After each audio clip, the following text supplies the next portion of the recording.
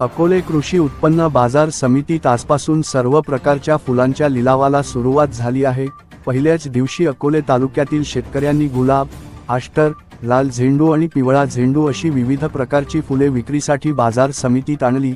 आज झालेल्या लिलावात गुलाबाला 80 रुपये किलो, आष्टरला 76 रुपये किलो, लाल झेंडूला 18 रुपये किलो तर पिवळ्या झेंडूला 23 रुपये किलो असा बाजारभाव मिळाला। फुलांच्या लिलावाच्या पहिल्याच दिवशी चांगली सुरुवात झाल्याने फूल उत्पादक शेतकऱ्यांमध्ये समाधानाचे वातावरण आहे। शेतकऱ्यांनी आपल्या शेतातील विविध प्रकारची फुले थेट अकोले बाजार समितीत विक्रीसाठी आणावीत, असे आवाहन बाजार समितीचे सभापती भानुदास तिकांडे यांनी केले आहे।